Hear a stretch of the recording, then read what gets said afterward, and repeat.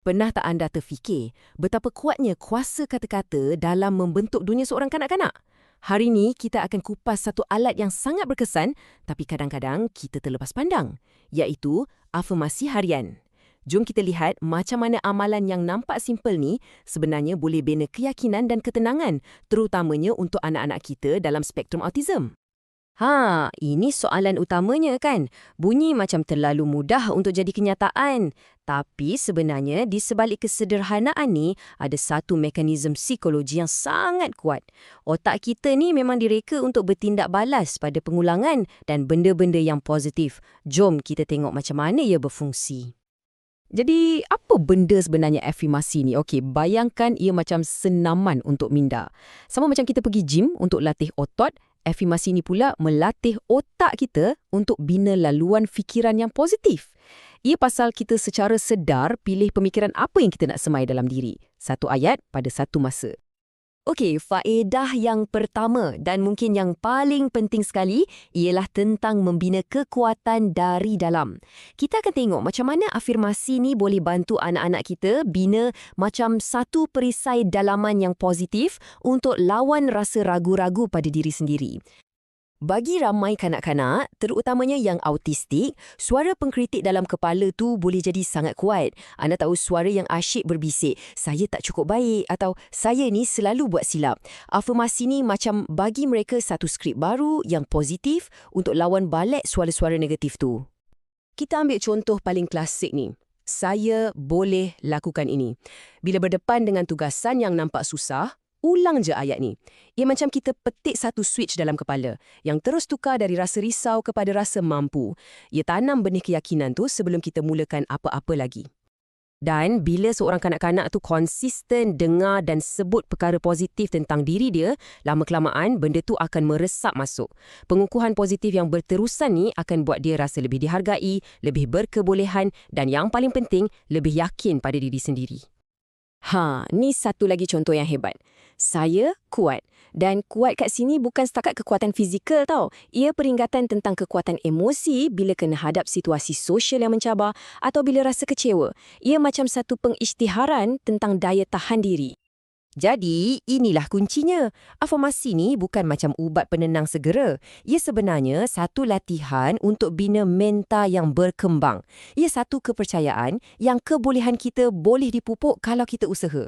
Anak-anak belajar yang buat silap tu bukanlah kegagalan, tapi sebahagian daripada proses untuk jadi lebih baik. Okey, membina kekuatan dalaman tu memang penting. Tapi macam mana ia boleh diguna pakai dalam kehidupan seharian? Jom kita tengok macam mana afirmasi ni boleh jadi alat praktikal yang anak kita boleh guna, terutamanya pada waktu yang paling diperlukan. Cuba bayangkan dalam keadaan tegang atau bila emosi tengah membuak-buak, afirmasi ni boleh jadi macam sauh yang menenangkan. Mengulang satu frasa yang dia dah biasa dengar boleh bantu redahkan emosi yang kuat tu dan bagi ruang untuk bertenang sekejap sebelum bertindak. Gabungan ni memang sangat berkesan. Bila kita padankan afirmasi dengan tindakan fizikal macam tarik nafas dalam-dalam, ia seolah-olah menghantar isyarat rileks kepada badan kita. Tarik nafas, sebut saya tenang, hembus. Simple je kan? Macam butang reset segera. Ada satu lagi faedah yang orang selalu tak perasan dari segi bahasa. Bila anak kita ulang ayat-ayat mudah ni, ia bukan saja bantu sebutan dan kelancaran bercakap. Tapi yang lagi penting, ia ajar dia untuk kaitkan bahasa dengan emosi yang positif dan cara meluahkan perasaan yang sihat.